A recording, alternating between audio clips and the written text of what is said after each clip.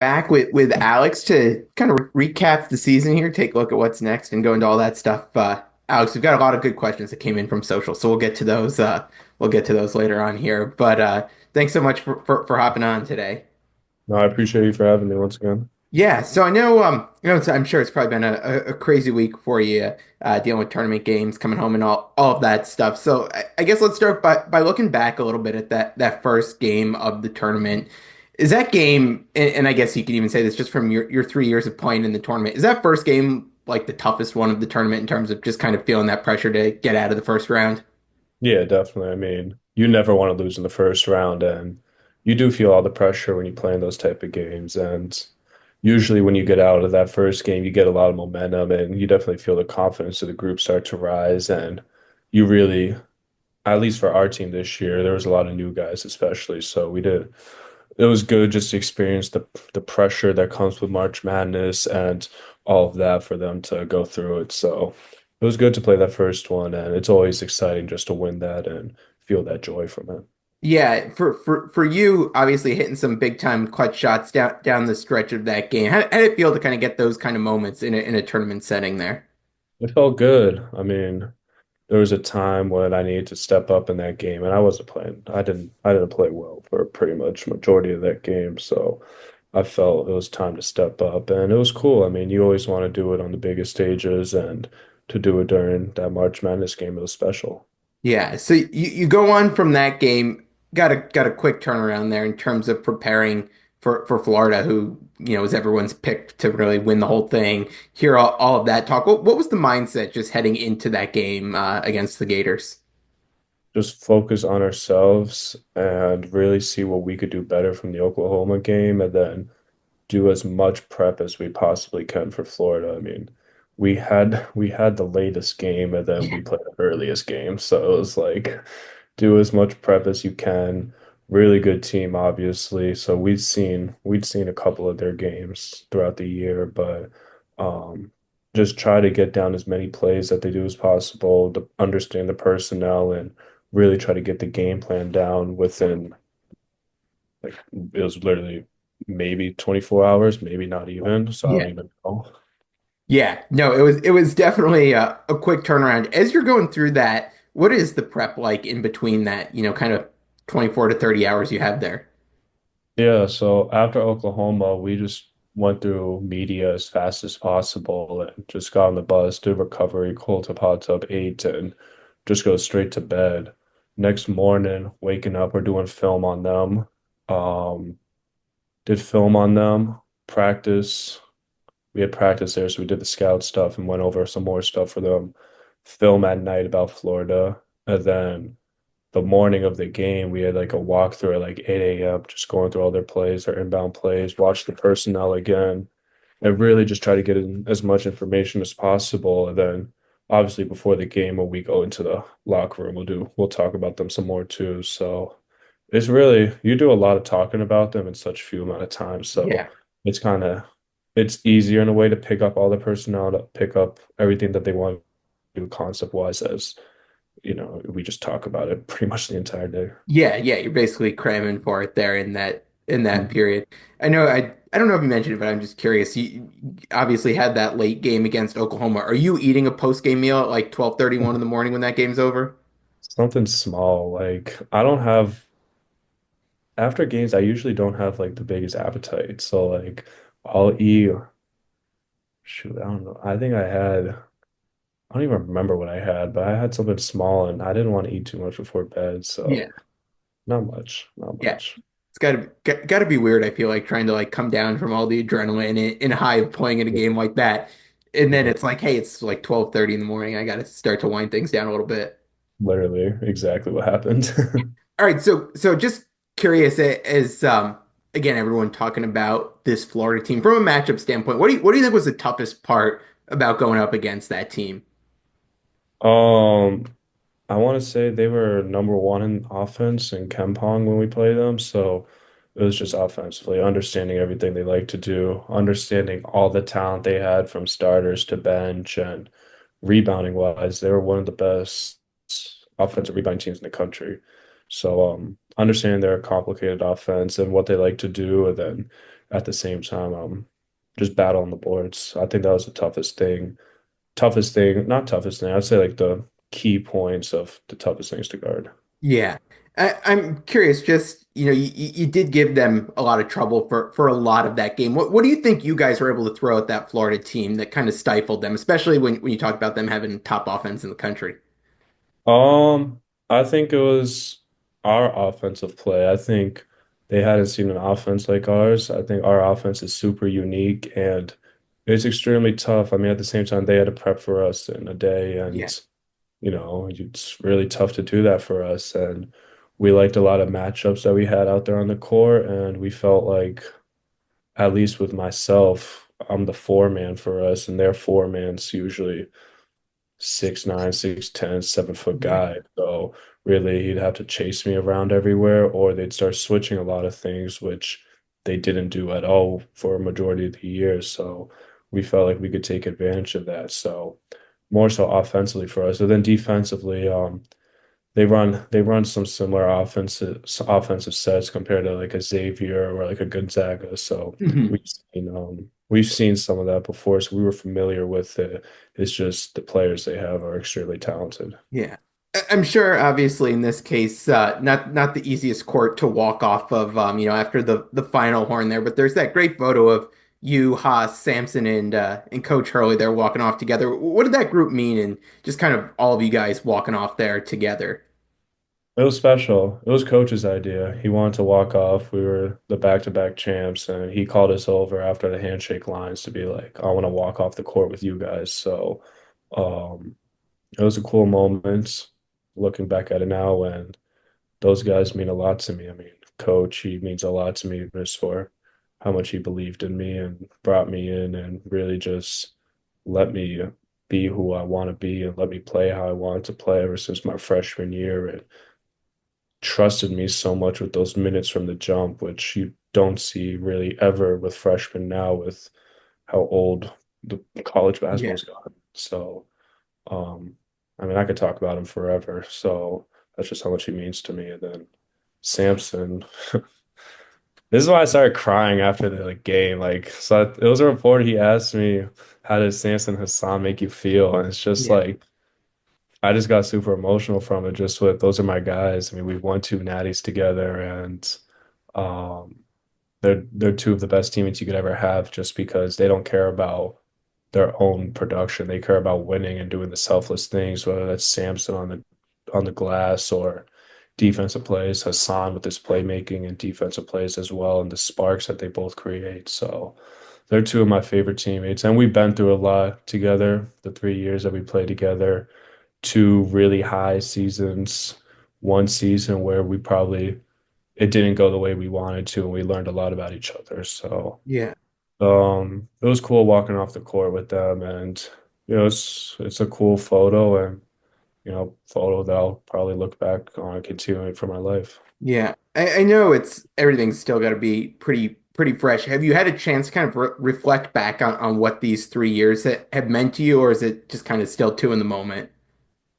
I've been too in the moment. I get stuck in the moment a lot. Like that's one of my problems as a person. Like after a loss, I get stuck on the loss for too long, and it affects me later for like a game or something. So I'm still too much in the moment. I think I've been kind of letting the emotions of the season kind of just wind down on me and kind of just let it, Yeah. be with me and kind of see what happens from there. But yeah, I've been thinking about the last 3 years and just seeing how much growth I've had, how much I've changed as a person, and just more so like, yeah, everything I've done better. And it's been a cool journey. And yeah, I got to I, be too. yeah. So yeah. I'm curious if you're like a fan in this respect. After you lose, or have you been able to watch other tournament games, or has the TV been off?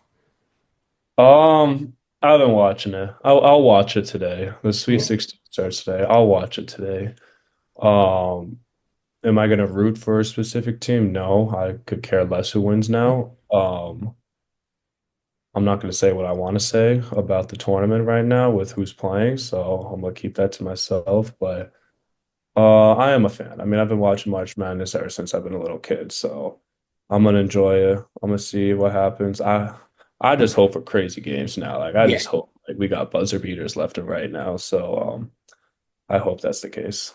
Yeah, no, I'm glad that the game that was on TV after you guys was a blowout because I had no interest in watching another one right off the bat Yeah. there. So No, right off the bat, hell no. But now today, there's some yeah, cool storylines like Caleb Love playing Duke again, and yeah, I don't know what else. Other storylines. They make storylines. So if I turn, we'll find. yeah. We'll find some.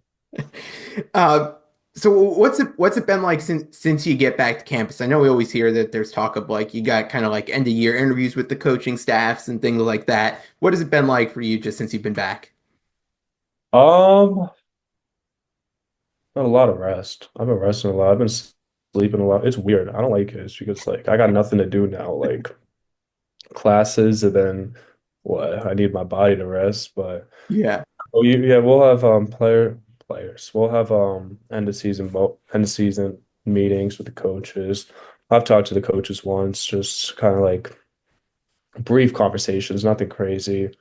Other guys could just continue to talk to the coaches, and yeah, so get your body rest, just take as much time as possible and really just let how the season ended and kind of just reflect on how the season went for you. And then eventually, I mean, today was the first time I shot a basketball and just went super light. I lifted today too, just yeah. slowly get things back into it, but still, I need to take care of my body. Yeah, no, definitely a good time to get some rest in. I guess we would just jump up before we get into some of the social ones though. I know everyone's obviously wondering about next steps for everyone. What's your thought process like as you think about, kind of what's next for you? Yeah. Um, yeah, I have one talk with the coaching staff so far, or at least with one talk with Coach Hurley so far, and a couple with Coach Murray, but it's just more so what I want to do to be happy. I mean, Yeah, I've played 3 years of college basketball now, and I've benefited so much from all the years. It's just I got to reflect on, do I want to finish out my college career here or NBA? Obviously, those are the only two options for me. yeah, And really decide what I'm gonna be happier with. I mean, the coaching staff's giving me total support with either decision I make, keeping my circle super small with this decision, and yeah, only I know truly what I want to do, and I honestly don't even know that yet, just with how fresh the season is. So, yeah, that's the advice the coaching staff gave me. It's just do whatever is gonna make you happy, and it's gonna bring you joy, and no matter what decision you make, we're gonna have your back. yeah. And I know everyone in the fan base will be excited for you regardless of what you do. Because both options are exciting next steps. Just looking back just a little bit for kind of phrase this question two ways. What was your favorite moment from this season? And then I guess what was the toughest part of this season for you?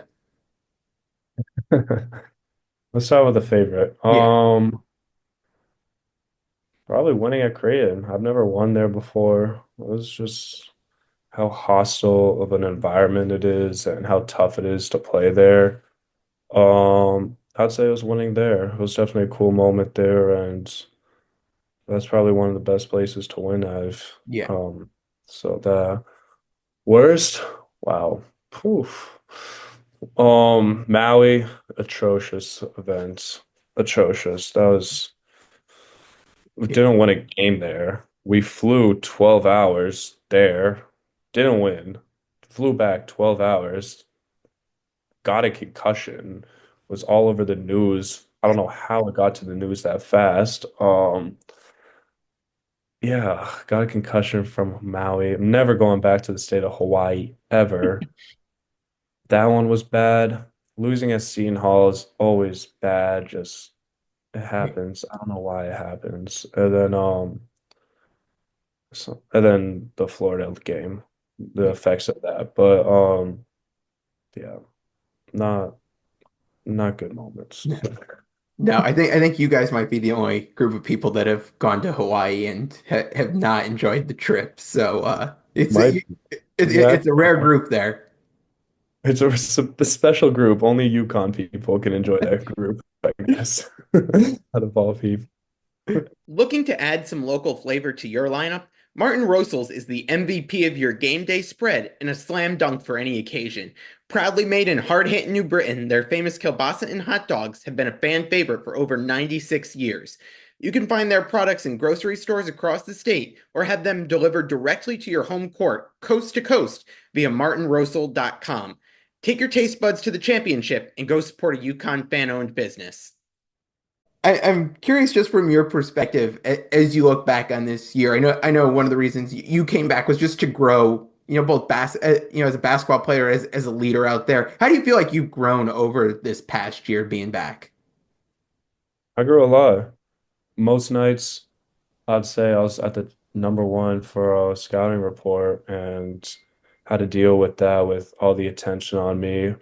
I grew a lot personally and mentally too. I'd say I definitely went through a stretch where I wasn't playing my best basketball, and to receive blame for it and like all the, fingers pointed at you for it, it was a new position for me. I mean, the Nova game was a new position for me, and kind of being the number one guy on the team, it was a new position, just learning how to deal with all that pressure, learning how to deal with all those critiques and how to power through all that and find yourself and playing great basketball again. So learned a lot how to stay mentally strong, leadership wise, how I could be the same how I could be the same person in that locker room every single day, even if things aren't going my way, just Hmm. for the continue going, continue playing strong. And then game wise, what I need to improve on, I've learned a lot about that. So it was honestly, obviously the outcome didn't go the way we wanted it to, but for my individual growth, it was a great experience as I was able to learn a lot. Yeah. I know one of the kind of the big storylines of that have come throughout this season, and it's kind of reared its head again this past week, has been the talk about Coach Hurley. And I find it interesting, all the media folks always just tend to just kind of jump on the narratives, but I feel like there hasn't been a lot of talk of them asking you guys questions about Coach Hurley, the guys who are around him the most. Yeah. Um, just from being around him so much as you've been the past 3 years, what are just your thoughts on kind of the narratives that come out of this, and how the media kind of twists Coach Hurley around a little bit there? It's crazy because I got an ESPN notification about something that Coach Hurley said, and I'm like, bro, we're not even playing anymore. Why are Yeah. they tweeting about him? So, um, it's crazy. He doesn't deserve it. I think it's just tough seeing because like what we see him as like this completely normal guy, like when we're like off the court and on the court, he's how every coach should be, just super passionate and intense to help his team win. And he's going to do whatever it takes in his power to help that happen. So he's just a coach that everyone should want to have. Everyone should want to play for him too, just from the standpoint where he pushes you every single day and makes you reach new limits on how uncomfortable you can be to only to improve yourself. So I mean, it's an unfair narrative. He's gotten better at embracing who he is and embracing the narrative and just being the type of person that he wants to be. And he's just grown to where he doesn't care about what other people think. He only cares about what his team thinks of him and the coaches staff and his family, obviously. So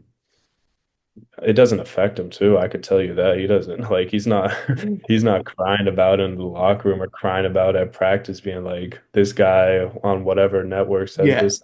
Like he could care less. He's just always going to be who he is. And as players, we always love him and we're always going to support him and we're always by his side, knowing, at least I'm speaking for myself, how much he's impacted and changed my life. So those narratives, I know truly who Coach Hurley is and just how special of a person he is and how how he is the best coach in the country. Based on everything that's been out there, being said about him and stuff, what's something that might surprise people who only like kind of look at things from afar, like about him, that maybe you've gotten to see, maybe I don't know if it's a different side of him, or just something that kind of goes maybe against the narrative that's been out there a lot just from being around him so much. It's really how normal of a person he is. Like I think Andrew Hurley said that on his E60 thing, but it's Yeah. really just how normal of a person he is. Like I think UConn fans could see it too. Like when we're at the football games, when we go to the tailgating things, and you guys talk to him, he's just a funny guy, and he's just calm, and he's just normal. Yeah. And it's just when he gets on the court, he just cares so much to where he's in the competitive spirit, and he obviously wants to win. But other than that, he's a funny person, lives life normally, and just like he just enjoys talking to people, enjoys everything about it. And yeah, I don't he's not this crazy person every single not crazy. He's not this like passionate, intense person every single day. He's a completely normal person. What would you say has been like either the biggest or the most important lesson maybe you've learned from him, over these past few years? Um, hmm, there's a lot. There's a lot of lessons. I'm trying to think of the top of my head right now. There's a lot. I mean, he's taught me about like self-identification in a way, like try to find other things.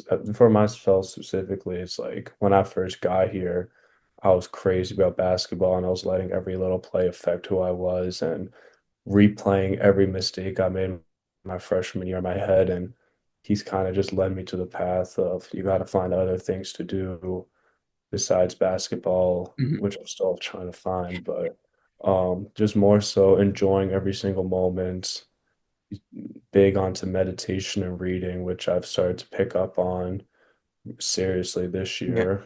Um, just enjoy everything and enjoy every step of the journey, and we get what we work for, and we're not entitled to anything. And it's tough to pinpoint right now, but it's No, no. just in like a certain moment of Right. I like mean, I think you answered it there and gave a I lot don't of know. insight I into. don't, he's just amazing. It's I love the guy. I don't know. I love the guy. This one came in on social, and it's just tied to the coaching staff in general, because I think people are always curious to learn a little bit more about the assistant coaches and kind of what they bring to the table. So what have you kind of learned, from Coach Murray, Coach Moore, Coach Young there? Everything. I mean, they're the guys that really walk us through scouts and just work with us on a daily basis and extra film, extra anything. They're there for us. I mean, Coach Murray, he was the guy that recruited me from the jump and really believed in me right away. Especially he was, I think, first time he got here is whenever he got here is the first time he started recruiting me. So he believed in me from the jump, and he was the guy that talked to me the most if I was going through struggles or if I was going through my highs and lows. He was there for me no matter what, and I can't thank him enough for that. Just he never he has the utmost confidence in his players more than we believe in ourselves, and he just works with us on a daily basis. And that's the same thing the rest of the coaching staff too. I mean, Coach Kamani, he was working me out my redshirt year, and he had no business of doing that. Like before home games, like he's on the court with me. Even if it's a scout game, he's working me out, and then he's doing his warm ups, and he's going back to the locker room doing his scout. Like Yeah. they're all just they're all extremely hard workers, and they just all care so much about the players over themselves. And all three of them are amazing. Awesome. Well, we'll go to some of the fun ones from social here. So well, let's dive into these quickly.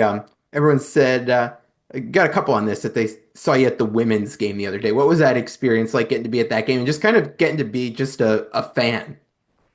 It was cool. It was cool being a fan. The women, they support us the entire year, so it's only right for us to support them. And it's their biggest moment now. It's their tournament time, so we want to be there for them and watching them play. I mean, one of the best teams in the country. Obviously, Gino's the GOAT too, so seeing him coach, so electric environment. As a fan, it's cool. It's cool being in Gamble, just Yeah.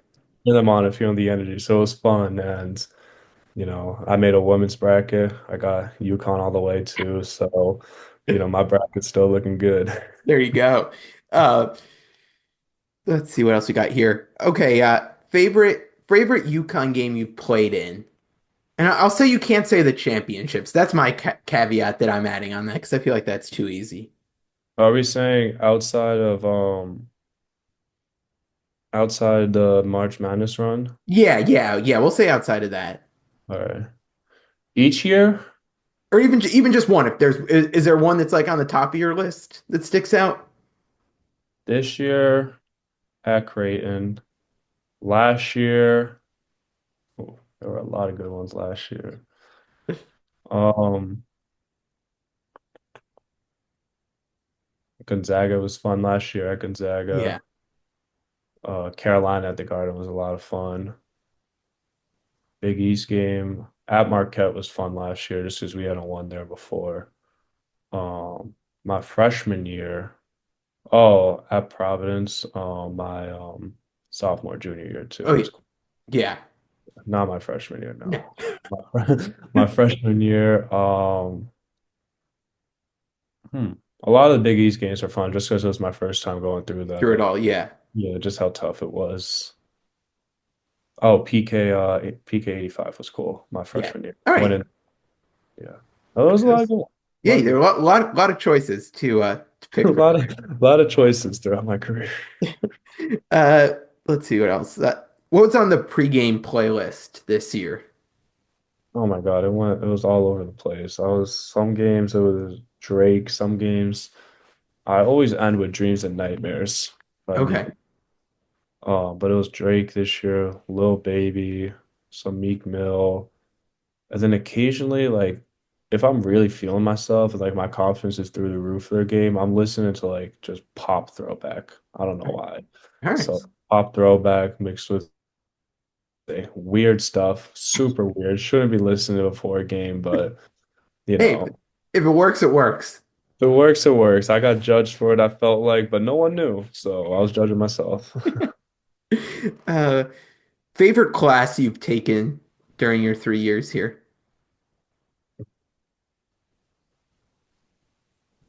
Class. It was bio with Samson. Me and Samson were bio partners. We were in a lab together, just lab partners doing who knows what we were doing, just dissecting animals and went to we have a weird museum on campus, and I guess there was like a stuffed polar bear in there, or stuffed bears in there. We saw Oh, them. I've never heard of. I didn't even know about that. All right. Were Samson and I successful in that class? Somewhat. Wouldn't say we were the perfect students in there, but You got by. You got by. That's all that matters, right? we got by. We got by. We were great lab partners. We learned a lot. It was just the quizzes. The quizzes were really tough, and it wasn't just for Samson and I. Everybody throughout the course said the quizzes were tough. All right. All right. Well, that's We good. passed. We're Yeah. not starting rumors. Samson and I passed the class, and we're perfectly fine. There you go. There you go. That's all that matters. Let's see. What's been like a really good practice story that people might not know about? Everyone wants to look back memory lane on this one, it seems like. So, There's too many. There's some I'm not going to say until my college career for sure is done and whatever, so I don't get in trouble. But it was this year. We're doing a rebounding drill. Um, I'm not gonna say who. This guy on our team wasn't getting the rebound, and he just, I don't know what was happening. He just couldn't get the rebound. Coach had enough of it. Like, we're doing this rebounding drill for way too long. This is the first time I've ever done this in my UConn career. We did infinity stairs. We were going up and down the stairs for 5 to 10 minutes straight. It was infinite. I've never done infinity stairs in my life. It's usually just stairs up and down and get back yeah. to practice. We're just going up and down the stairs. Kamani's at the bottom, just standing there, just telling us, keep going. You gotta go fast. You gotta go faster. Coach just yelling at us when we go up and down. But infinity stairs was torture. We go back to that rebounding drill. We still fail the drill, and it goes back to infinity stairs a minute Oh no. later. And this is like in the middle of the season too, so it wasn't easy on our body. I have that story, and then I have a recruiting story too. I don't know if I told anybody that. Oh, we'll If you take want it. to We'll take know, it. we might as well. I mean, a recruiting story. So I'm getting recruited by UConn, and well, everyone knows that my mom made me take a visit just Yeah. for academics. after that visit, I'm like, Mom, can I like commit now? Like, what's going on? She was like, all right, we'll commit. So I commit to Coach Hurley, but I still needed to play in Peach Jam and the EYBL and all this stuff. Mhm. So my AAU coach was like, you can't announce it yet because I want coaches to still come to our game to like look good for the program. So I'm like, all right.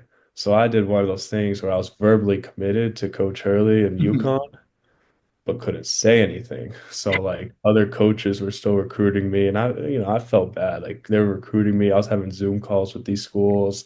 I was getting offers to these schools, and like You're like, I'm done. Like, I'm done with the process. Like yeah. I'm coaching to Coach Hurley and Coach Murray, everybody there, and they were at my game supporting me. We were laughing. Like it was a blowout. We're winning. I'm just laughing with them on the bench. So yeah, so we won, and then Peace Jam was over. Coach Hurley's like, all right, it's time to commit. I'm like, all right, so we commit, even though I was committed for 2 months. I just had to publicly announce it. So 2 months later, I was finally able to announce it. There we go. I like that. That's a good story. I don't think anyone's heard that one before, so that'll be good. I don't think so either. So yeah. Um, this is an interesting one that came in just with the way things are now, NIL transfer portal. Like from a player's perspective, like how would you say like it is and isn't working, or like any solutions from your end that you would like to see as a player implemented through this process to make it better for players? I think it's just clear on the rules. Really, it's just make the rules clear for everybody. There's so much change now with revenue sharing now and collectives and what people want to do now. So Yeah, just make the rules clear. As players, it's tough. I mean, I'm the type of guy that I don't care. I do care about NIL in a sense. I want to take advantage of it, yeah, but is that my number one priority like other kids? No, not at all. Like I'm here to play basketball. So in a way, I just want the other college players to be like, pick a school that's right for you, that's going to improve you as a basketball player. Because at the end of the day, we all have dreams of playing in the NBA, and we're going to make more money in the NBA than in NIL. So you might as well pick the spot that's going to get you ready for that next level and really push you to where you want to go. And at the same time, you can still make NIL. You won't make as much as probably another school, but you want to go to a place that really pushes you and makes you a better person, a better player. awesome. Well, Alex, I really appreciate it. I don't know how many more of these we have left, so just thank you always for being willing to come on. I know it hasn't always been at the easiest of times. We've talked some fun stuff, some not so fun stuff. So thanks for always being willing to do these. I always appreciate it, and I know the fans do too. No, absolutely. I appreciate you always. Thank you. Yeah. All right, everyone. We'll have at least one more, I'm sure. So stay Hey, stay stay tuned. we'll have one more. We might have a whole new season more. We don't know yet. You We don't know might. yet, so you got to stay tuned, right? So Definitely. Alex, thanks so much. Appreciate it. Thank you.